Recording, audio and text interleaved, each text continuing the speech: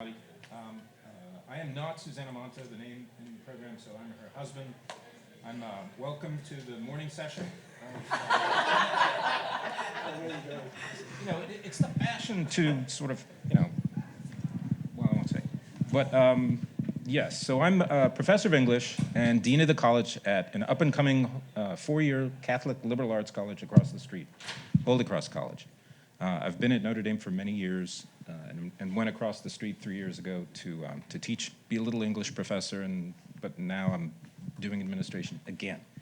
But the joy of professional life is really to hang out with people like the present members of the panel who are writing and thinking about important issues and important works. And so this morning's panel, we have three distinguished people who will be talking roughly in the same order, I think in the same order that we have in your program. So Professor Michael P. Murphy at Loyola University Chicago, Margaret Maggie Musso, Case Western, and Michael Stevens, who is at it says you have taught in the Humanities Division at Cornerstone University since '99. Is that where you're still currently? I'm still there. Okay, great.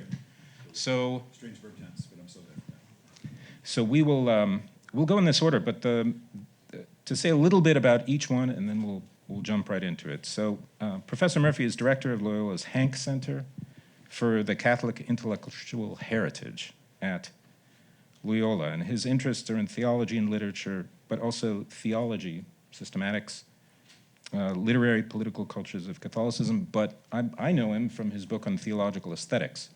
So I think he'll go first. He'll be able to give at least a range of vocabulary that will give us a frame for thinking about the issues today. Maggie Musso at Case Western is a second-year psychiatry student. This is what I love about the Center for Ethics and Culture. It brings people from different disciplines together on the same panel. So she was born and raised in Cleveland, did theology here at Notre Dame, and completed her MD at Loyola at the Stritch School of Medicine. And finally, Michael Stevens, PhD in literature from the Institute of Philosophical Studies at the University of Dallas down there in Texas. Sorry about the weather. And has taught in the Humanities Division at Cornerstone University since '99. These are also people who are interested in literature broadly, but also in a particular writer named Wendell Berry, whom you all may know. So if there are any Berry fans out there, you'll be pleased by the presentations this morning. So why don't we start there? Professor Murphy, we have a paper called For That I Came, Two Meditations on Dignity in Contemporary Catholic Literature. That's good. Can you hear me? Oh, good. I can hear myself. It's good. Let me see. I'll open up a screen and get into it. So, sorry.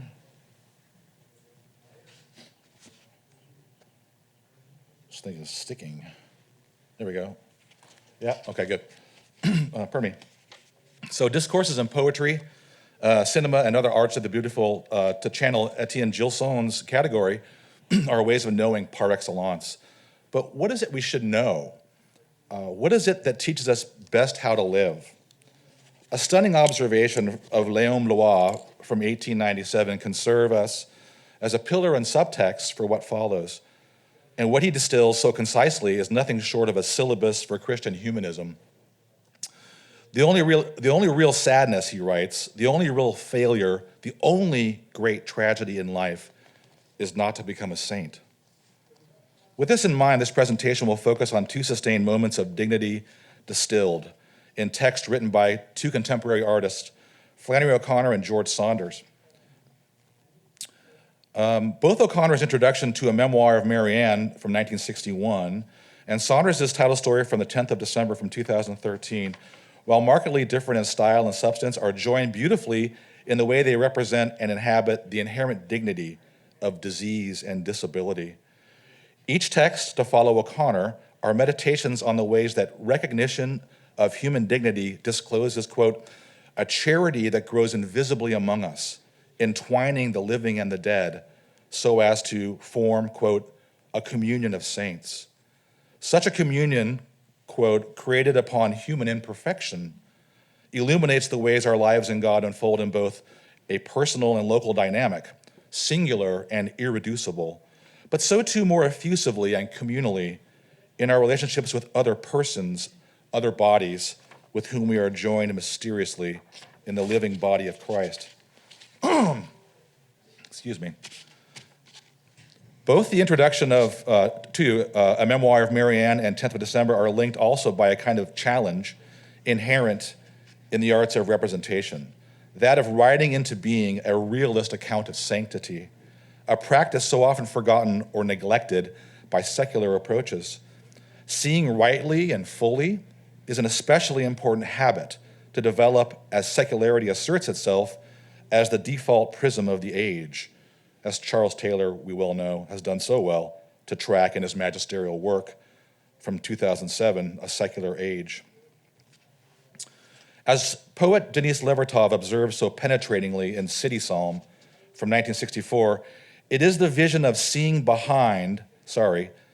not behind, but within, that invigorates and transforms us.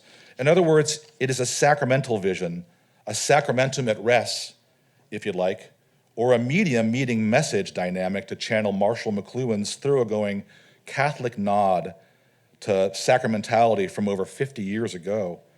These draw us in. But first, it is the seeing of things. And there's so much in that verb, to behold something, to gaze upon it, to contemplate it, to inhabit it. Both O'Connor and Saunders are masterly at taking such long looks, and their writing in any register becomes studies not only in seeing, but in beholding and recognizing, not behind, but within, noticing in that writerly way how the good comes into view day by day, often in ways we least expect. Vision is so central in O'Connor that it becomes the very cornerstone of her theological aesthetics. And she, a famous realist of distances, returns to it time and again. As O'Connor observes in her introduction to the memoir, most of us have learned to be dispassionate about evil, to look at it in the face and find, as often as not, our own grinning reflections with which we do not argue. But good is another matter. Few have stared at that long enough to accept that its face too is grotesque, that in us, the good is something under construction. The modes of evil usually receive worthy expression. The modes of good have to be satisfied with a cliche or a smoothing down that soften their real look. In O'Connor's introduction, in the story of Marianne Long, a young girl with an inoperable tumor on her face, we encounter a living example of beholding the good under construction. O'Connor's grammar, as always, is precise here. And blessed are the English majors, right? It is the good under construction, not the construction of the good. For O'Connor, it is more of a be it done according to thy word relationality of faith, as opposed to that Pelagian DIY orientation that misunderstands genetically the limits of human agency. The vital participatory subtext for discerning the good under construction that O'Connor proposes for discerning this mysteries of saints being made before our very eyes derives from an insight she drew from reading Nathaniel Hawthorne, the American master beloved by both O'Connor and Saunders. You cannot love what shocks you. O'Connor weaves Hawthorne in so beautifully in her introduction. I won't develop that here. It's important. It's a vital subtext, but I refer you to it. It comes from his short story, The Birthmark. And let's keep that in mind as we contemplate sanctity and the good under construction in both O'Connor and Saunders. You cannot love what shocks you. How O'Connor ended up writing her introduction to a memoir of Marianne is itself a topic worthy of its own conference session. It is a story laced with love, good humor, politics, pathos, resistance, and then a conversion even, an artistic kind, but one nonetheless, in O'Connor herself. As we well know, O'Connor revered sanctity above everything else, but she also, in one fluid motion, detested false piety. Next to smugness, false piety was for O'Connor perhaps the worst of Catholic sins. She was not alone in this regard, and it seems that in Sister Evangelist of the Dominican Sisters of Hawthorne, an order founded in 1900 by Rose Hawthorne Lathrop, the daughter of Nathaniel Hawthorne, who became Mother Mary Alfonsa, O'Connor met her boon companion. Sister Evangelist wrote to O'Connor in 1960 with the story of an extraordinary girl, Marianne Long, and an invitation to O'Connor to write Marianne's story. Marianne, it was reported, was far from a devout saint child, often idealized on prayer cards and in popular hagiographies. On the contrary, she was a normal little girl who loved puppies and babies, playing practical jokes, eating hamburgers, drinking Coca-Cola. But Marianne radiated something unique, a deep-rooted love for God manifested in a kind of little way, in joy and affection for her family and her companions. Marianne accepted heroically the fact that she was going to die and conveyed a luminous peace about it. Death for her became another companion in her singular expedition. For these reasons, Marianne's impact on the sisters who cared for her, the other patients in the hospital, and on her own family in Kentucky, there's a Kentucky connection here, panel, was by all accounts remarkable. As O'Connor reports, patients, visitors, sisters, all were influenced in some way by this afflicted child. Yet no one ever thought of her as afflicted. True, she had been born with a tumor on her face, an eye had been removed, but the other eye sparkled, twinkled, danced mischievously. And after one meeting, one was never conscious of her physical defect, but recognized only the beautiful, brave spirit and felt the joy of such contact. When she arrived in Our Lady of Perpetual Help, the home there in Atlanta, which is still in operation, I hasten to add, Marianne was given a 6-month prognosis. She went on to live for 9 years. Sister Evangelist related all of this to O'Connor in that first letter, and then in others and in personal visits too, that O'Connor, her mother Regina, and the Hawthorne Dominican sisters organized in both Atlanta and there at Andalusia, the O'Connor family farm in Milledgeville, Georgia. Sister Evangelist wrote initially that, quote, "We have had offers from nuns and others, but we don't want a pious little recital," which clearly piqued O'Connor's interest, being herself allergic to sham piety, as we have duly noted. But then Sister continued, this wouldn't have to be a factual story. It could be a novel with many other characters, but with the outstanding character, Marianne. To which O'Connor replies in her introduction, a novel? I thought, horrors. But O'Connor was hooked, even as she was beside herself, wary as she was of that sentimental Reader's Digest theology creep that she encountered and decried on her book tours in the 50s. O'Connor's full absorption into Marianne's story and the backstory of the Hawthorne Dominican sisters, an element that O'Connor threads so beautifully and deftly, result in an occasional piece that draws us even deeper into the mysteries of dignity, sanctity, and Christian realism. As O'Connor observes, Marianne and the sisters who had taught her had fashioned from her unfinished face the material of her death. The creative action of the Christian's life is to prepare his death in Christ. It is a continuous action in which the world's goods are utilized to the fullest, both positive gifts and what Père Teilhard de Chardin calls, quote, passive diminishments. Marianne's diminishment was extreme, but she was equipped by natural intelligence and by a suitable education, not simply to endure it, but to build upon it. She was an extraordinarily rich little girl. Marianne saw beyond, saw not behind, but within, like the saints do, even the young ones. As the sisters wrote in the memoir, Marianne saw more with her one good eye than most folks see with two. Sister Evangelist included a photo of Marianne in the initial letter, and O'Connor's description of encountering Marianne in that medium is simply arresting. It showed a little girl in her first communion dress and veil. She was sitting on a bench holding something I could not make out. Her small face was straight and bright on one side. The other side was protuberant. The eye was bandaged, the nose and mouth crowded slightly out of place. The child looked out at her observer with an obvious happiness and composure. I continued to gaze at the picture long after I had thought to be finished with it. You cannot love what shocks you. And I continued to gaze at the picture long after I had thought to be finished with it. So well said, and most of us have had that experience, I'm sure. It's so typically Catholic, isn't it? A paradox upon which any credible theological aesthetics is rooted. As Balthasar notes in The Glory of the Lord, when we love Christ, we have, quote, been inflamed by the most sublime of beauties, a beauty crowned with thorns and crucified. When we contemplate or gaze upon the grotesquerie and violence of the cross, we see not behind but within, until the shock gives way to the mysteries of love and awe and gratitude. Images associated with two saints come to mind for me here.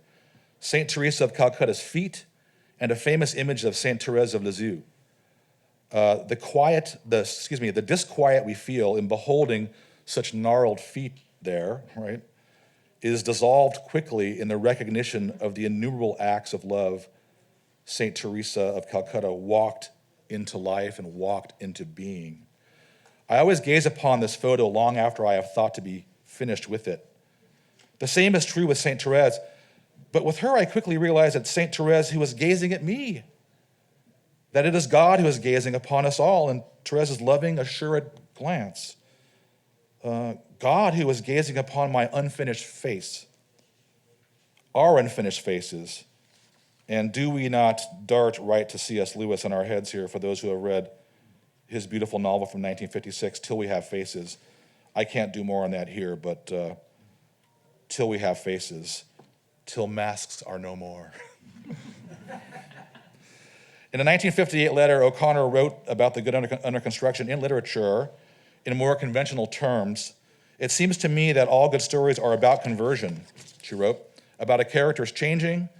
The action of grace changes a character. All my stories are about the action of grace in a character, on a character. In the writing of her introduction and in the process of editing the memoir, O'Connor experiences some of her own medicine. As artistic and literary as Sister Evangelist wanted Mary Ann's story to appear in print, it was simply not suited for such a treatment. The narrative was written by a committee of sisters, and O'Connor knew this was going to be trouble for her as an editor. Their manuscript arrived the 1st of August. After I had gathered myself together, I sat down and began to read it. There was everything about the writing to make the professional writer groan. Most of it was reported. Very little was rendered. Telling, not showing, is the cardinal sin in the story world, as both O'Connor and Saunders have observed in so many other places. O'Connor goes on, I was tempted to edit away, but the sisters had, as they give me the right to cut, she writes. But O'Connor does not do this. O'Connor decided that the sisters, quote, had everything and flinched before nothing. And that, like her, they knew grace and sanctity from the inside out. They knew how these mysteries reside in and radiate from suffering, from the often broken and seemingly grotesque lives of regular people. There was no shock with the sisters precisely because the sisters knew how to see. Any possibility of shock was foreclosed upon by love, eradicated by love, tamed by love. In George Saunders' 10th of December, the title story from his excellent collection, we meet another 12-year-old child, a boy, chubby, not popular, with unfortunate Prince Valiant bangs. We find that this boy, Robin, has also had a rough childhood. His loving mother, quote, treated him like a piece of glass due to his alleged infant surgeries. She went on full alert if he so much touched a stapler. Robin is a kind of saint in training, a good kid who endures a lot of social pain, but who keeps his chin up. Quote, I never dreamed I could love someone so much, his mother, also in the saint posse, shares with a friend on a phone call. I just worry I might not be able to live up to him, He's so good, so grateful. I just don't want to fail him, That's all I want for my life, to feel at the end like I did right by that magnificent little dude. The story opens up with a solitary Robin playing a vivid imaginary game in the woods near his home. He is off to rescue a damsel in distress from a pack of rowdy, made-up creatures. Robin unexpectedly then encounters a man, bare wide arms sticking out of his PJ shirt like two white branches. This is Don Eber, the other protagonist of the story. Don is in late stage brain cancer, and the reader learns quickly that he is at the park to end it all, having snuck out of his med bed at home and leaving a half-baked suicide note for his wife Molly and their 2 adult children. Don's view is that his suicide will be a mercy killing for the benefit of his beloved family, whom he wants to spare the burden and memory of his suffering. Quote, "There on the floor in the dark, it had come to him, I could spare them. Spare us or spare you? Get thee behind me. Get thee behind me, sweetie." A breeze went down, snow fell. He took off his coat. Good Christ. I just have about 3 minutes, 4 minutes, somewhere in there. Don has a tough circuit of memories repeating in his mind. He keeps flashing back to his beloved stepfather, Alan, kindest man ever, had taken him swimming, had taken him to decoupage, had combed out his hair so patiently that time he came home with lice, never harsh, etc., etc. Alan got sick, though, and his suffering changed him from a shy man, always placing a reassuring hand on your back, to a diminished pale figure in bed, shouting endless profanities. Don wants to spare his family from all that. Quote, I mean, sure, it would have been nice to have had a chance to say a proper goodbye, but at what cost? He was a father. That's what a father does. Eases the burdens of those he loves, saves the ones from painful last images that might endure a lifetime. As Don sets himself to face his final exit, he notices Robin, who has found Don's discarded coat and has taken a shortcut across the frozen pond to return it to him. What kind of person leaves his coat behind on a day like this, Robin thought. The mental kind. That was who. This guy looked sort of mental, like an Auschwitz dude or sad, confused grandpa. Don noticed Robin from his suicide perch across the pond up the hill. Oh, for shit's sake. Oh, for crying out loud. Oh, some kid on the pond. Chubby kid in white with a gun, carrying my coat. You little fart, put that coat down. Get your ass home. Mind your own. Damn it. Kid tapped the ice with the butt of the gun. Robin falls through the ice and begins to thrash. Don springs into action. 50 yards to the trailhead, 20 yards to the trailhead. Thank you, God. Thank you, God, for my strength, he prays. Robin and Don come together as the result of an accident, and what happens subsequently springs out of the peculiar combination of instinct, prayer, and the grace that sustains us day by day. They save each other in a strange child is the father of the man kind of way. A terminally ill man interrupts his own suicide attempt to save the hapless kid who is trying to save him. Sanctity in suburbia. This is the last move in the story, then I'll close. Did he still want it? Did he still want to live? Quote, yes, oh God, please, yes, cries Don. Because, okay, the thing was, he saw it now. He started to see it. If some guy at the end fell apart or said or did bad things or had to be helped in quite a considerable extent, so what? What of it? Why should he not do or say weird things or look strange or look disgusting? Why should the shit not run down his legs? Why should those he loved not lift and bend and feed and wipe him when he would gladly do the same for them? He'd been afraid to be lessened by the lifting and the bending and the feeding and the wiping, and was still afraid of that, and yet at the same time now saw there could still be many, very many drops of goodness. That's how it came to him. Many drops of happy, of good fellowship ahead in life. And those drops of fellowship had never been his to withhold. Saunders was raised a Catholic, but practices today a highly sacramental form of Buddhism. He's often shorthanded as the kindness guy because he's a trained engineer, his stories with empathy and affect, elements that are chief attributes for secular humanism, right, in its current form. But this reduction would be selling him short. With Saunders, we often get the engineer constructing the good, but one only need read 10th of December to witness his usual order of operation. His immanentist construction of the good turned downside up. He subverts his own humanist idealism, both by leaving just enough room for mystery and grace, I should say. It is not only his story, this story is not the only one where his Catholic sensibilities dominate, but it is his best story in that way. The imago Dei that resides underneath in the story is not behind, but within. It impresses itself upon the characters sacramentally and inspires a self-donating heroic action in reply. And so in Saunders, we see again the many ways that even the artist cannot lawyer his way out of the world of grace and sanctity. I like to think he would chuckle at that one, good-natured as he is. Last move. The only real sadness, the only real failure in life, the only great tragedy in life is not to become a saint.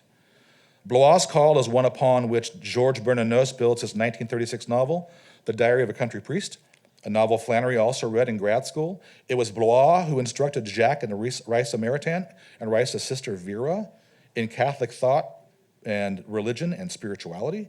It was Blois who critically intervened in the life of the Maritains, Blois who was their godfather. It is fair to say that Jacques Maritain and his heart-solid neo-Thomism is essential in any discussion about O'Connor, and there would be no O'Connor without Maritain or Blois. Saunders read Bernanos at Syracuse while he was reading O'Connor.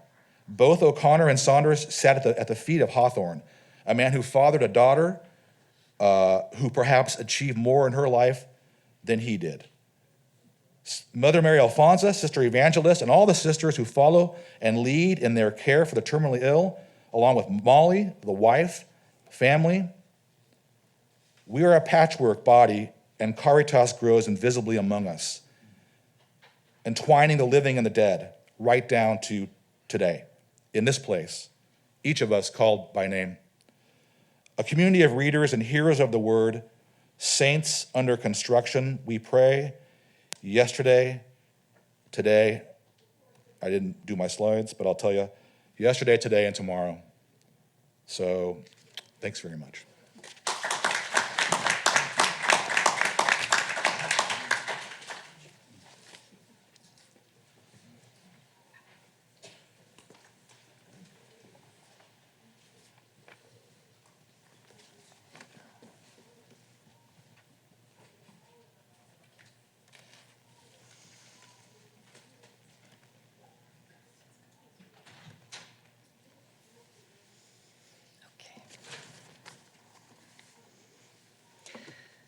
Society has historically failed to respect the human dignity of people with serious mental illnesses.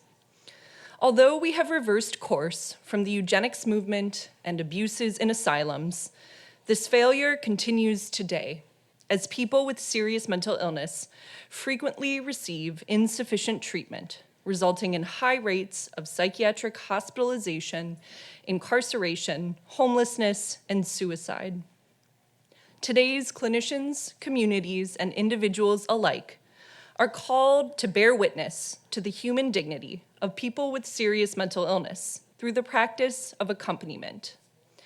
To illustrate this, I will draw from Wendell Berry's Watch With Me, a story of how one community quite literally accompanies a mentally ill man by following him around town while he is in the throes of his illness. I will then describe 3 concrete practices, each rooted in accompaniment, through which we can embrace this dignity. The National Institute of Mental Health defines serious mental illness as a mental, behavioral, or emotional disorder resulting in serious functional impairment, which substantially interferes with or limits one or more major life activities. While it may include any disorder that causes serious impairment, serious mental illness most commonly refers to schizophrenia, bipolar disorder, and major depressive disorder. In 2019, approximately 5% of US adults had a serious mental illness. This translates to an estimated 13.1 million adults. Over 30% of these people did not receive any treatment during that year. Approximately 20% of US adults have any mental illness, all of whom deserve compassionate care. However, serious mental illness demands a particular focus. It is frequently untreated and underfunded, despite more severe symptoms and consequences. As eugenics theories developed in the late 1800s and early 1900s, psychiatrists seized upon the hypothesis that mental illness could only be treated via prevention, namely by preventing the procreation of those with mental illness. The eugenics movement is frequently associated with the atrocities perpetrated in Nazi Germany, where those with schizophrenia, bipolar disorder, and numerous other conditions could be sterilized against their will or killed. However, in the United States, eugenics was already pervasive at the turn of the 20th century, where state laws permitted the sterilization of over 18,000 people with mental illness between 1907 and 1940. The shocking near-universal embrace of eugenics by psychiatrists was at least partially accounted for by the desire to explain the overwhelming failure to successfully treat mental illness. If mental illness was inherited and untreatable, then prevention via sterilization was the only option. Due to a lack of effective treatments, jails and almshouses functioned as default hospitals for those with mental illness who did not live on the streets.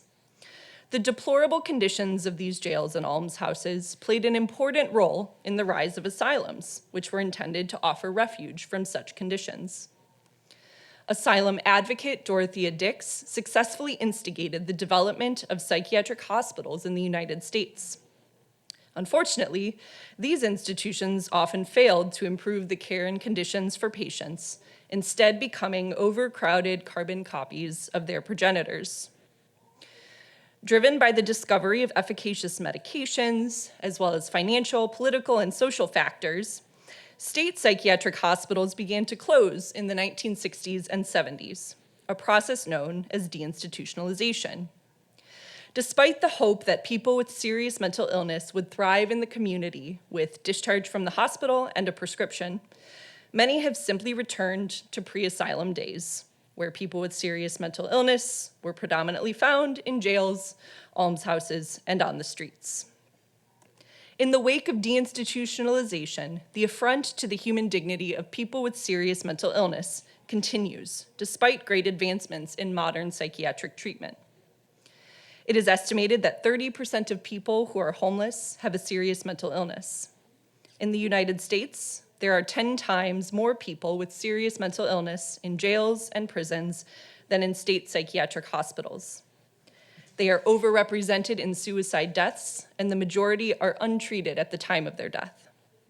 They are less likely to receive high-quality medical care, and their average lifespan is reduced by 25 years, most commonly due to treatable medical illnesses. They are more likely to be victims of crime than those in the general population, and when untreated, they are also more likely to perpetrate violence. Research repeatedly demonstrates that treatment of serious mental illness reduces these negative outcomes. Pioneering psychiatrists Dr. E. Fuller-Torrey and advocate D.J. Jaffe have made compelling arguments that inadequate treatment initiated by deinstitutionalization and perpetrated by bad policy and insufficient funding are responsible for today's continued challenge to the human dignity of people with serious mental illness. While a multifactorial approach to improving care for people with serious mental illness is surely needed, the practice of accompaniment offers a remedy to both past and present failures. Accompaniment has been referred to as the tradition that has no name, highlighting it as a difficult to define but long-standing human practice. It is featured prominently in the work of psychologist Mary Watkins, physician Paul Farmer, and theologian Gustavo Gutierrez, as well as in the pastoral approach of Pope Francis, highlighting its accessibility to both secular and religious audiences. Pope Francis writes, quote, "The art of accompaniment teaches us to remove our sandals before the sacred ground of the other. The pace of this accompaniment must be steady and reassuring, reflecting our closeness and our compassionate gaze, which also heals, liberates, and encourages growth." While beautiful, these words may be received as abstract. How does one remove their sandals before the sacred ground of the other? How does one accompany people with serious mental illness? Farmer and author Wendell Berry illustrates this practice in his short story, Watch With Me, with exquisite simplicity. Watch With Me begins with an introduction to the protagonist, Ptolemy Proudfoot, fondly known as Tall to his neighbors. Tall sees Thacker Hample bounding toward his farm, and Tall recalls the events of the night prior, during which Thacker decided that he would give the sermon at the local church's annual revival. When the pastor declined, Thacker had a great outburst, swearing, yelling, and laughing loudly. Thacker is a member of a large family, and, quote, not a one of them had worked quite right. He is known by the nickname Nightlife because he, quote, was liable to conduct his nightlife in the daytime. In other words, he often engaged in strange behaviors that might best be explained by intoxication. He is described as, quote, incomplete. There were times when spells came on him, when he would be sad and angry and confused and maybe dangerous, and nobody could help him. And sometimes he would have to be sent away to the asylum. To me, as a psychiatrist, Nightlife likely has a serious mental illness, given his history of psychiatric hospitalization and strong family history of psychiatric illness. Despite all these colorful descriptions of Nightlife, he is first described as Tall's neighbor, reflecting Tall's primary view of Nightlife. Nightlife approaches Tall, wordlessly picks up Tall's shotgun, confirms that it is loaded, and walks away with it. Tall springs into action. He sends his nephew to gather several other members of the community. He acknowledges the possibility that Nightlife may shoot him, then states, I expect I'll just ease along with him a ways. As Tall and his neighbors embark on their strange journey, the practice of accompaniment is illuminated, with a particular emphasis on the following. First, accompaniment begins by entering into the world of another. Second, the accompanist accepts responsibility for the accompanied. And finally, accompaniment transforms both the accompanied and the accompanist. Accompanying Nightlife cultivates both fear at the possibility of physical harm and curiosity at the opportunity to learn what it is like to be Nightlife. Barry writes, a kind of wonder came over Tall, for almost in the twinkling of an eye, he had crossed the boundary between two worlds. It is only through the physical act of leaving his work and the comfortable familiarity of his daily life that Tall can actually accompany Nightlife. Accompaniment is only spiritual, emotional, and psychological insofar as it is literal. The men follow Nightlife through the day and into the night, and they only stop when Nightlife stops. They begin to tire, both physically and mentally. Quote, along with the heat and the hunger and the beginning of weariness, Tall's mind began to be afflicted by a sense of the futility, even the foolishness, of what he and the others were doing. Tall questions the entire enterprise, reflecting, I reckon it would be better not to have got involved. Despite this very human tendency toward frustration with what seems to be a pointless endeavor, Tall affirms his responsibility for Nightlife, the person he has chosen to accompany. Barry writes, he knew even so that helpless or not, hopeless or not, he would go along with Nightlife until whatever happened that would allow him to cease to go along. He thought, I reckon I am involved. Tall acknowledges that he is profoundly uncertain regarding the utility of following Nightlife. He does not know if it will protect Nightlife or the members of the community. He cannot cure Nightlife's condition. Nevertheless, he understands that the accompaniment of another requires one to take responsibility for the good of the other. He is committed to journeying alongside Nightlife. Tall and his neighbors follow Nightlife over the course of 2 days. The story reaches its climax when Nightlife returns to Tall's farm to preach the sermon he had initially hoped to share with his community. He preaches on the parable of the lost sheep, but from the perspective of the lost sheep. Quote, oh, it's a dark place, my brethren, Nightlife said. It's a dark place where the lost sheep tries to find his way and can't. And the shepherd comes a-looking and a-calling to his lost sheep, and the sheep knows the shepherd's voice, and he wants to go to it, but he can't find the path, and he can't make it. The others knew that Nightlife knew what he was talking about. They knew he was telling what it was to be him, and they were moved. By accompanying nightlife, Tall and his neighbors begin to learn what it is like to be nightlife, and this knowledge moves and changes them. This change does not happen suddenly. Rather, it occurs over time as they accompany him. Earlier in the journey, they reflect that, quote, they were following a man whom it had never occurred to them to follow before, who now had become central to their lives. Later, they consider that, quote, this wild pursuit that at first had seemed an interruption of their work had become their work. The practice of following nightlife reshapes how they see the world and their role in it. By joining nightlife at the margins of society and sanity, Tall and his neighbors discover a vocation to accompany this particular person. After nightlife finishes his sermon, one of Tall's hens flies toward nightlife, squawking loudly. This innocuous interruption awakens him, and he sets the shotgun down. The story concludes with the neighbors breaking bread together. Being accompanied also changes nightlife. Tall's wife reflects that Tall and his neighbors likely kept nightlife alive by accompanying him. Moreover, he is capacitated to tell his story and to invite his neighbors into the knowledge of what it is like to be nightlife.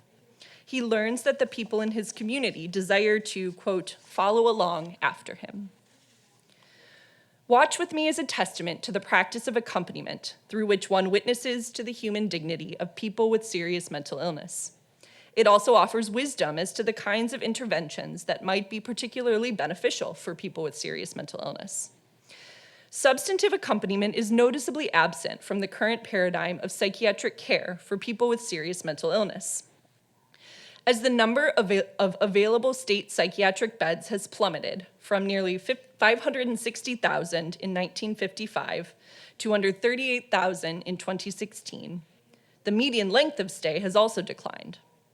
In 1980, the median length of stay for a patient with acute decompensated schizophrenia was 42 days. In 2013, it was 7 days. And a shorter length of stay is associated with rapid rehospitalization. In one study of over 165,000 people with a serious mental illness, less than 10% attended their recommended follow-up outpatient care. And in fact, in that study, attending follow-up wasn't even associated with a reduction in readmission rates, suggesting that traditional outpatient office-based care may be inadequate for this population. So what might care rooted in accompaniment look like? Would it work? Over the years, and in some cases centuries, inventive approaches have been specifically created with people with serious mental illness in mind, and accompaniment is fundamental to each of them. Assertive community treatment, or ACT, is an evidence-based model of care that delivers comprehensive community-based treatment, support, and rehabilitation services to people with serious mental illness. Accompaniment is at the heart of ACT. The multidisciplinary team takes responsibility for an abundance of services individualized to the needs of the patient, as exemplified in this table. ACT team members are typically available 24 hours a day, 7 days a week, and care is provided in the patient's home and in their world. 50 years of evidence indicates that ACT leads to superior outcomes, including reductions in psychiatric hospitalization and greater housing stability. Just as ACT teams offer clinicians the opportunity to truly accompany their patients, clubhouses offer people with serious mental illness the opportunity to accompany one another. Clubhouses are local community centers for people with serious mental illness that offer, quote, opportunities to rejoin the worlds of friendship, family, employment, and education. The first clubhouse began in New York in 1948. Today, there are over 300 clubhouses in more than 30 countries. For those of you who live locally, the clubhouse of St. Joseph County is just 4 miles south of campus. Key elements of the clubhouse model include a work-ordered day in which members of the clubhouse, with staff support, are responsible for working together to operate the clubhouse. They also offer various levels of supported employment and social and recreational events. In transitional employment, clubhouse staff train alongside members for a particular job in order to ensure absentee coverage should the member be unable to work due to their illness. Membership in Clubhouse is associated with increased employment, lower rates of hospitalization, reduced incarceration, higher quality of life, and a strong sense of community. For at least 700 years, and likely longer, the Belgian town of Heil has provided family foster care to people with serious mental illness with great success. According to tradition, an Irish princess named Dymphna fled to Heil, where she was murdered by her father in a fit of madness. She was later canonized as the patron saint of mental illness in 1247. Pilgrims traveled to Heil in hopes of being cured of possession, the presumed etiology of mental illness at the time. Natives of Heil frequently housed these pilgrims, and some never left. Over time, the family foster care tradition developed and continues today, with 200 foster families serving 500 people with serious mental illness. At its peak, they served 4,000. While systematic research of Heil has been limited, one study identified low rates of violence among boarders. Homelessness and its associated challenges are a non-issue, as boarders remain with their families an average of 30 years. In addition, evidence from programs inspired by Heil also demonstrate a significant reduction in psychiatric hospitalizations. The challenge of improving care for people with serious mental illness can seem daunting and perhaps even futile. Like Tall, it is easy to wonder if it would be better not to get involved, to turn away from those who suffer at the margins of society and sanity. But like Tall, I reckon we are involved. Last century psychiatrists subscribed to eugenics in part because it seemed to explain their failures to treat psychiatric illness. However, the responsiveness of one's suffering to treatment should not dictate the primacy of one's human dignity. Responding to this failure with accompaniment may have led this dignity to be respected, as Heil understood centuries ago. Furthermore, treatment of serious mental illness today should embrace ACT, Clubhouse, and the family foster care model, each of which offers the gift of accompaniment, as well as unique efficacy in addressing critical outcomes for people with serious mental illness. Each of these approaches recalls accompaniment, as illustrated in Watch With Me. Each involves literal accompaniment, routinely visiting patient homes as part of an ACT team, learning a job side by side at Clubhouse, or welcoming someone into one's home and family, as in Heil. Each involves taking responsibility for the accompanied and transformation. In the middle of their journey, when Tall and his neighbors temporarily lose sight of nightlife, they fall asleep in the woods. Nightlife awakens them, yelling, "Couldn't you stay awake?" He invites his neighbors to stay awake and keep watch at his side, echoing Jesus' invitation to his disciples as he faced his crucifixion. Society must awaken to the profound indignities faced by people with serious mental illness and begin the journey of accompaniment that leads from futility to responsibility and finally to the transformation of our patients and ourselves. Thank you.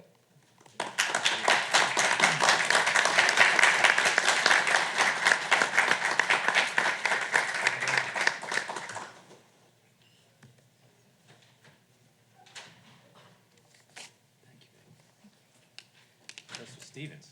Thank you.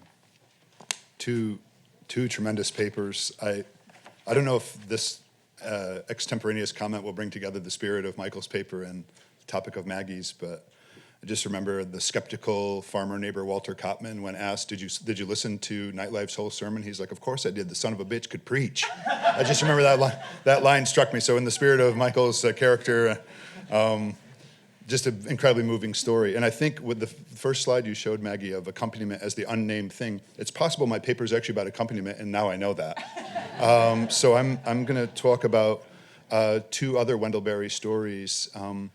And my title is Wendell Berry's Via Negativa, not using that in a very precise theological way, by the way. Reckoning with Indignities in his fiction of hard hope, about the worst characters I could find in Wendell Berry's fiction and how they are treated. I'm not sure why, after my initial excitement upon seeing the fall conference topic of human dignity, with a chance to affirm all the manifold goods of God's image bearers and to navigate the beautiful complexities of human beings who are fearfully and wonderfully made, how after all that initial optimism when I saw the topic, I ended up deciding to write about human indignity. Wasn't that the opposite of what I should be doing? So many people are devalued, commodified, marginalized in this world, each and all of them deserving to be championed, restored to their rightful places, from the unborn to the dying to the forgotten. Such restorative work is a labor of God's people in the world, and instead my gaze turned towards despicable, licentious, arrogant figures who brought their despair on themselves? Why? Because I suppose the real test of our belief in the value of the least of these, my brethren, is whether we can extend it to the worst of these, my brethren. The double irony here is that I knew I wanted to write about the vision offered in Wendell Berry's fiction. You can see why, hearing Maggie talk about that story. And that is an imaginative cosmos filled with dignified characters, farmers of the old school, diligent and aspiring husbandmen, practitioners of extraordinary huswifery, humbly regal elders of the community, the quiet and noble Matt Feltner, the beneficent Ptolemy Proudfoot that we just heard about, the hard-scrabble exemplar of dignity, Grand Mam Stedman, to name but a few. Why didn't I write about them?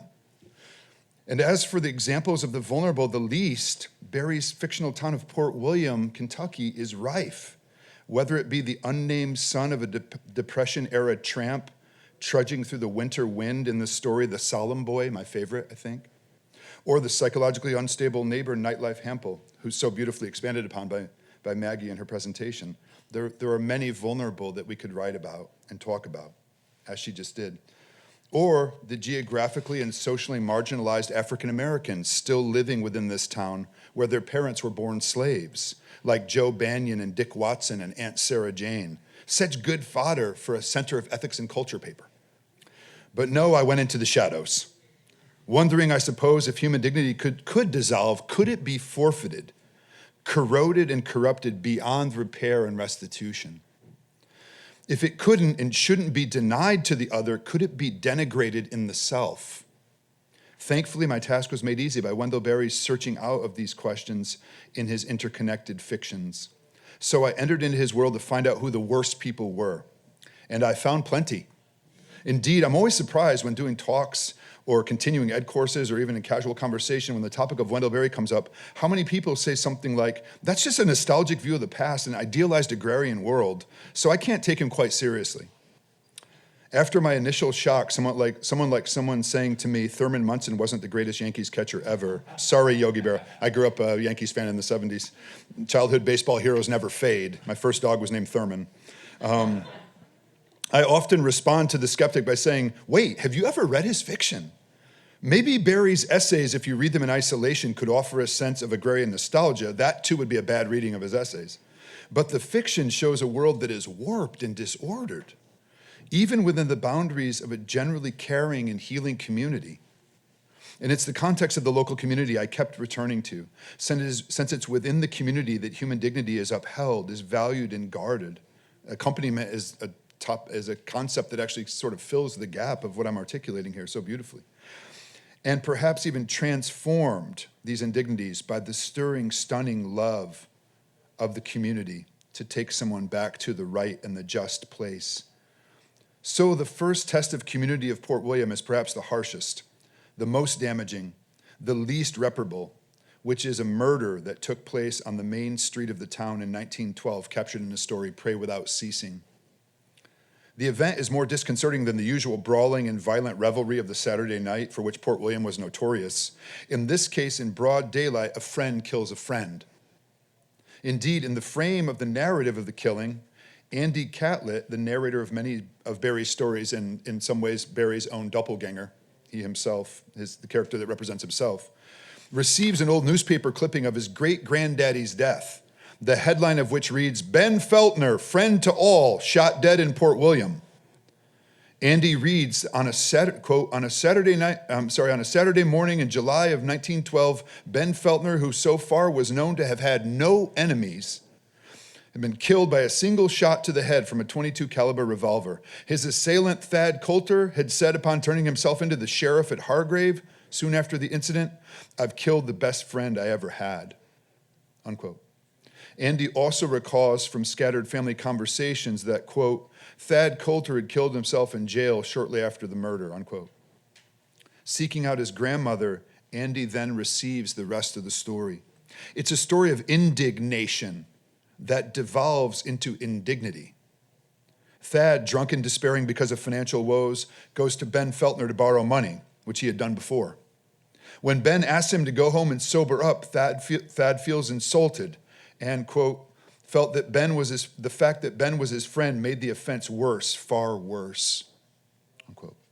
So the anger stews for hours, first in front of Ben's house, scaring the women in the house, including Andy's grandmother, then a young wife.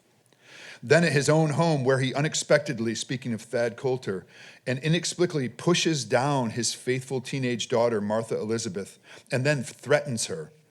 Quote, he could have cut off his hand for so misusing her, and yet his rage at himself included her.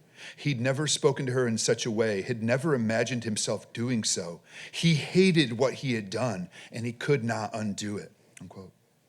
The slide into indignity feels like the loss of the self that one knows.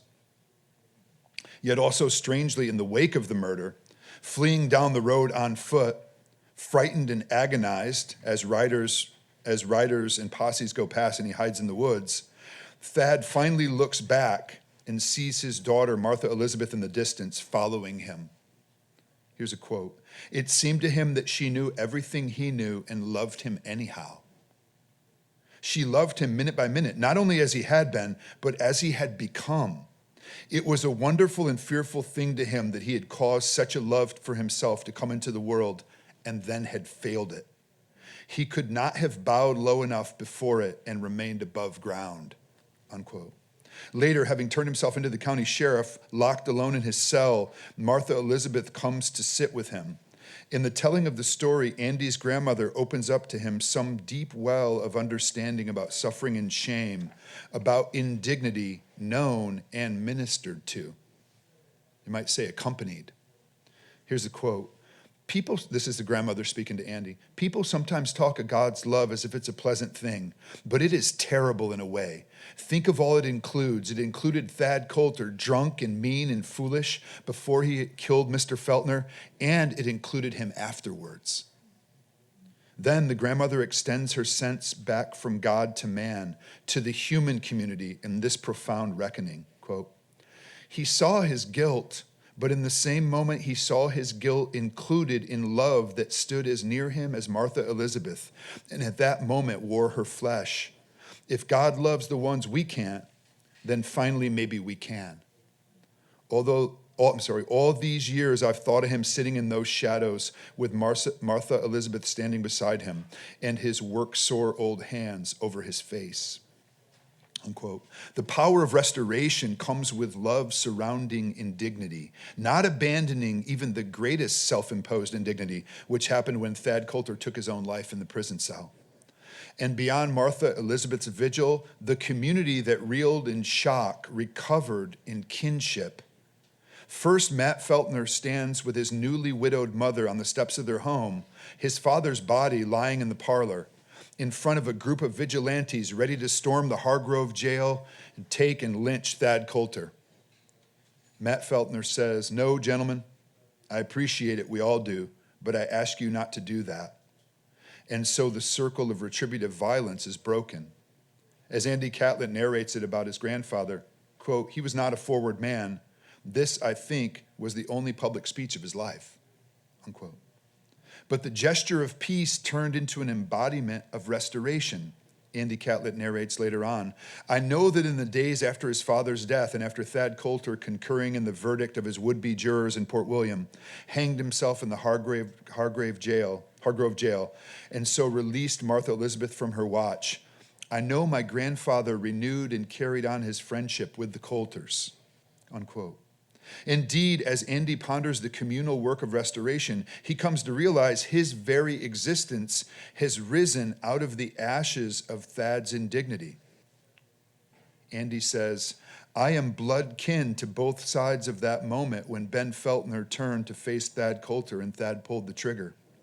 The two families, sundered in the ruin of a friendship, were united again, first in new friendship and then in marriage.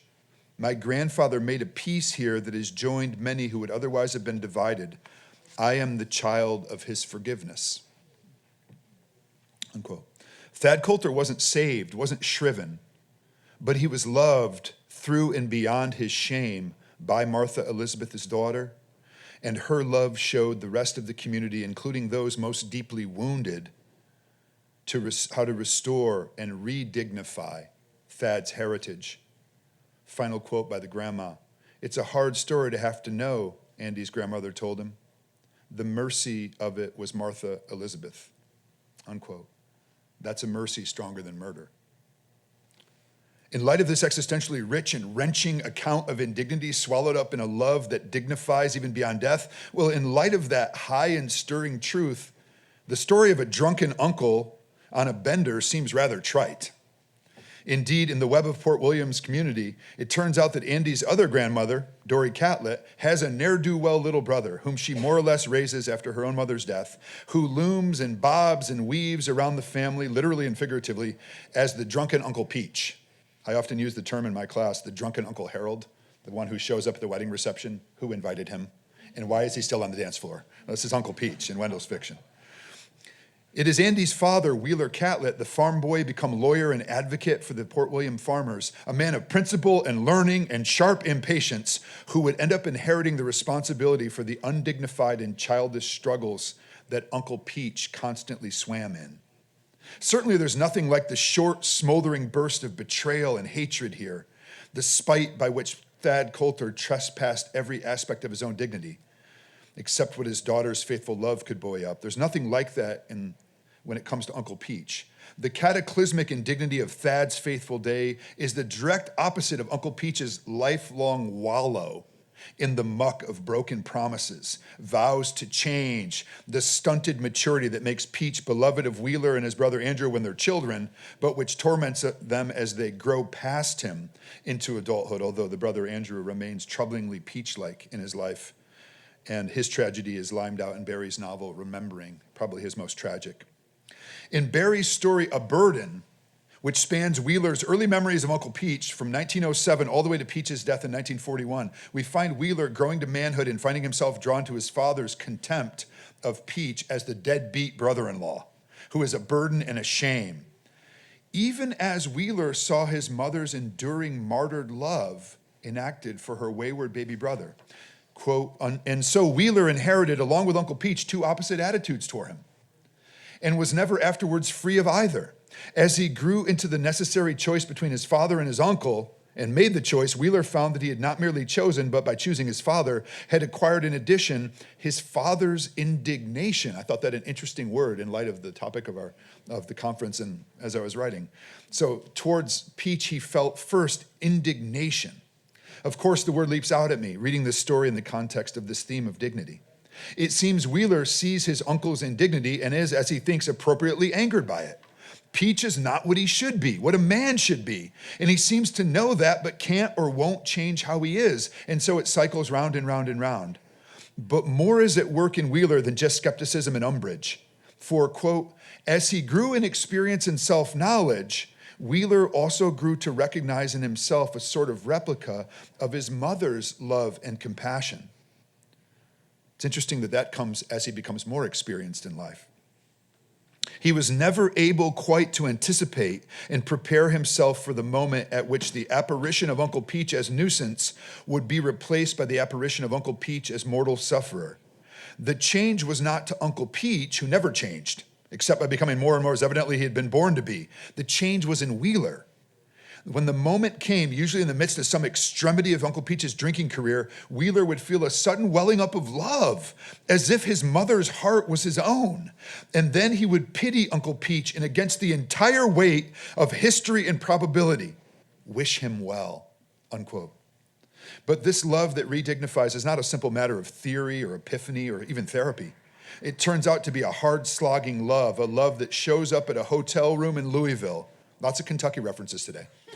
In the story Thicker Than Liquor, set in 1930, when the newlywed Wheeler is called upon to rescue Uncle Peach from a bender and enters the vomit-strewn and disordered hotel room, Peach half-dressed and crying out, more pitiful than pitiable, Wheeler cleans him, feeds him, dresses him, the image clearly of Peach as a gigantic baby, also unwilling to take care of himself. Wheeler practically carries him over his shoulder to the car after getting him a bootleg bottle of bourbon to hold him over.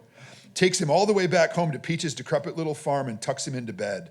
But the role reversal doesn't end there, because Peach begins to have nightmares, punctuated by cries of, "Oh, Lord God, I see him a-coming on his old smoky horse." Not sure exactly, some apocalyptic imagery there. So Wheeler lays down beside him to quiet him. And for a while he did sleep quietly.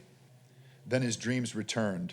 This quote, "Wheeler was awake for hours, soothing and consoling Uncle Peach when he fretted and muttered and cried out, struggling with him when he fought," unquote. The frustrations of his own father, his skepticism, his indignation at the indignity laying in bed there with him, the man boy, the lush, the deadbeat, the freeloader, the family embarrassment, all the anger threatens to unravel Wheeler in his exhaustion.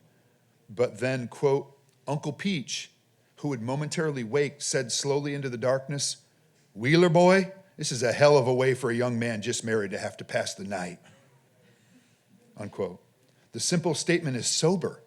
It's true. It's an extension of Uncle Peach to think about somebody else, to think of his own burden and Wheeler's bearing of it.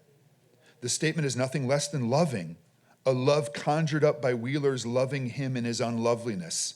Quote, "I thought of that," Wheeler said, "but it's all right." And he patted Uncle Peach, who went back to sleep and for a while was quiet. Later, Wheeler himself went to sleep, his hand remaining on Uncle Peach's shoulder where it had come to rest, unquote. That embrace is no surrogate for the embrace of his newlywed bride. Born as it is of Peach's indignity, of his childish need and his decadent habits, but Wheeler's willingness makes the embrace good, loving in a way different, not ideal, not even joyful, but as Wheeler puts it, all right. Things are made right, at least for this night. At the end of the story, a burden, the young Andy Catlett rides in a car with his father and his grandmother home from Uncle Peach's funeral, where the preacher has given a lengthy discourse on the joys of heaven, where Peach now frolics. Wheeler, frustrated by the sermon, his lawyerly mind dissecting the impropriety of it, ends up asserting, "And as an earthly burden, it wasn't only grace that lifted it," meaning it was a burden he too had borne. Even at the time, Andy caught that, unquote, Andy 7 years old in the backseat of the car. But the final word literally belongs to Dory Catlett, Peach's long-suffering sister and surrogate mother. Here's a quote. She said one syllable then that Andy later would know meant at least 4 things. 1, that his father should have done better to be quiet. 2, that she too had borne that earthly burden, would forever bear it.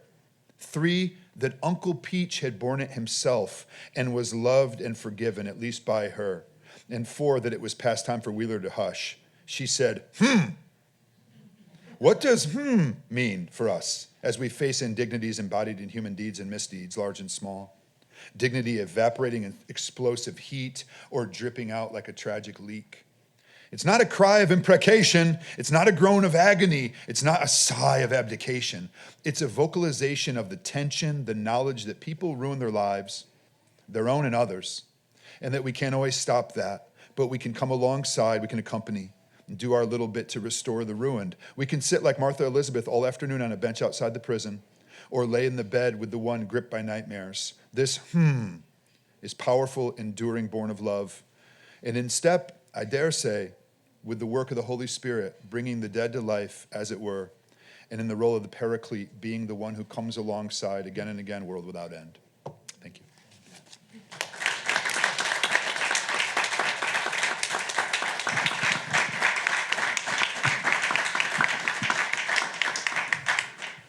That was great. We can go in a lot of directions. Do you have any of you have any burning questions that you want to ask of your panelists?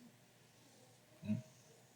Should we entertain some questions from the audience? One of the questions that I have that we might think about is if we could praise fiction.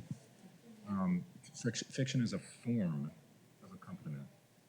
It's also revelatory. I think that's one theme that's coming out here, but there may be others. So can we entertain some questions or some comments from the audience? Yes. I don't have so much of a question as a comment that I was a little bit hesitant to come to this presentation right away in the morning, wondering if I would leave completely depressed. Like just not knowing at all the take or the spin or the, that we would be hearing. And I think that first comment, you can't love what shocks. I feel like in the Limitations, we've been given a way to learn to see within through accompaniment even the most shocking of depravity. And I feel as though we're leaving with hope. And so I just thank the three of you. I know we were the only title that says indignity rather than dignity. So suffering and dignity is like, uh-oh. Thank you for that. Thank you very much. I wanted to, something quick because, I was fixated that my slide didn't advance, but I wanted to show a couple of images of loving through the shock. You know what I mean? So getting down underneath. And there's that famous one of Pope Francis embracing that, I don't know if it's leprosy, but a horrid skin condition. And he's just so as close as you could possibly be. But I think that you're saying that. And I think it's a hopeful thing. It's a real thing, but the reality is you kind of come through it. So I really appreciate your comment. Please. Okay. This question is for Maggie and maybe Michael Stevens, so maybe the entire panel can reflect on it. But brought on by something that Michael, you said at the end, is it possible, or we might have this vision of, idealized vision of how can we perfectly accompany people despite them choosing certain paths for themselves. This came up last night in the keynote as well, where there can be this idea that we connect human dignity to someone's moral uprightness. Like, are they pursuing moral uprightness, then they have human dignity. If they're not pursuing moral uprightness, then it's harder for us to associate human dignity with them because we say, oh, you're choosing this for yourself. That's a kind of a context. But my question for Maggie is, you say we must leave certain things behind from our routine in order to accompany people. What do you recommend? I guess my question is, how much is too much? What are there limits or boundaries we should place on ourselves so that we're not overexerting ourselves and our energies to accompany people? Or what do you see as like kind of an ideal vision for accompaniment that doesn't ultimately drain all of us in that? It's a great question. The short answer is yes, boundaries are really important. And I think that's actually something that draws me toward the idea of accompaniment. I'm still in training, a physician in training. And so, take this with that grain of salt, but in our residency, we do a lot of work on the inpatient psychiatric hospital, and we see a lot of the same patients. And it can be really challenging to acknowledge that we're not going to fix everything, particularly during that hospitalization. And I find the idea of accompaniment as something that actually allows me to take better care of people without feeling like I have to fix everything, as it were. So I think there are different levels of accompaniment, different layers to that, but that accompaniment doesn't have to mean fixing everything or doing everything for someone. It's more a way of being with that I think for people with serious mental illness, we need to do more. We need to offer better, more effective treatments that look a lot more like the idea of like following someone around, all the time. But to accompany someone, I think, does not require that, which is a good thing. That's a great word. Accompaniment is the word of the conference. I'm just proclaiming it right now as the word of the conference. But the thought I had looking at the stories, and I mean, I'm sure other panelists, thinking about this or thinking about fiction in general, it seems like it's concentric circles. And so, I mean, if this is your family member, right? If this is the one who is closest to you, your life will be altered forever, and that's okay, right? You will change everything about your life to accompany, right? Then, big in Wendell Berry is the idea of neighborliness, and it's not just people who live next door to you, right? But people whose lives are interwoven with you. It got really interesting when it comes to the one that you've offended or wounded, but we've all heard stories. I mean, you think of Sister Helen Prejean, who's spoken at this conference in the past, and the idea of the reconciliations that can happen, or the Truth and Reconciliation South African context, strange kinship coming from those who've hurt each other, right? I mean, so, but I see it kind of moving out in circles. I'm interested in the idea of reviving neighborliness in local communities to take care of, maybe thinking about the elderly people in your neighborhood or something who need their sidewalk shoveled or something like that, but could it extend out to people who have mental health issues, right? Or people who are have a felonious record and are out of prison, right? And are on the sort of Amber Alert, Megan's List, and so on. And have all these constraints around them, and they're living in your neighborhood.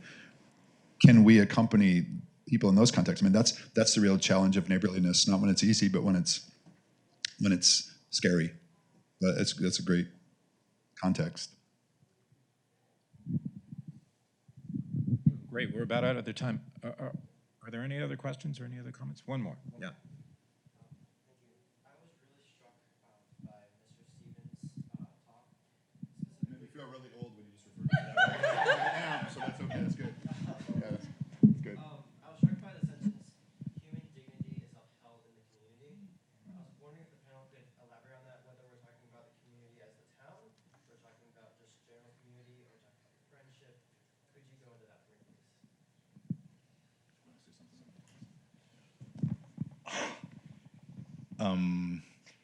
It's a brilliant question, so it has to hit, right?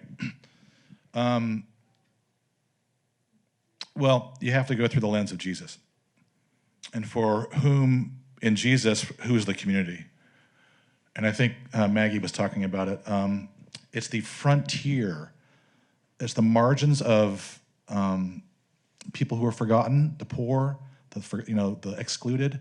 And then you have the frontiers of sanity, people with whom you disagree. I think that when the mandate to love your neighbor is the golden rule, but if you really think about the phrasing of it, the neighbor is the person who pisses you off the most. And so it becomes kind of like not the frontier of all of a sudden, and then that community is there. And I think that's what Barry does so well in his fiction. He shows us that. That's a great word. I thought one time on an Easter Sunday morning, I went into my church, and there were two people there, and I was like, okay, it's Easter Sunday morning, and we were having a breakfast and going in, and there were two people. My daughter is here. She probably would know if I mentioned who they are. And there'd been a lady with untreated mental health issues who'd been coming and going to the church, and then a guy who, I don't know that it's ever been diagnosed, and I've known him in a lot of contexts, and he sort of has followed me around. I don't mean like stalker, but just in my, and they were both there. Those are the first people I saw when I walked in, and I thought, oh no, I just wanted like the Easter breakfast, and the celebratory, and Christ is risen indeed. And then I felt like Christ spoke to me, the Spirit just like, this is the body of Christ. This is the community. If it can't happen here, where will it happen? But I would confess to finding it's easy to talk about and celebrate community, and I love to. And then when it gets down to it, I could tell you the story. I have my bee tie on of my violation of the city of Grand Rapids laws with our beehives this summer, and the incident with my next door neighbor that turned. It's all good now. It's all good now. And I was the problem, and I always try to be a good neighbor, and I was like, so yeah, it's community. Community is like the people around you, and it's not self-selective. That's what I love about the church. It's not an affinity group. We're here together. I love the old idea of a parish, right? We're here. We dwell here. We don't necessarily like each other, or like, would I be with these people, Norman? Can I? But it's the place where we have to dwell, and that's got to be the place where kind of love is enacted. Institutionally, I think, as Maggie has mentioned, institutionally, it's just a lot harder to make that happen. So with that, let's dwell on each other in community outside with coffee, and join me in thanking our panelists for these wonderful papers.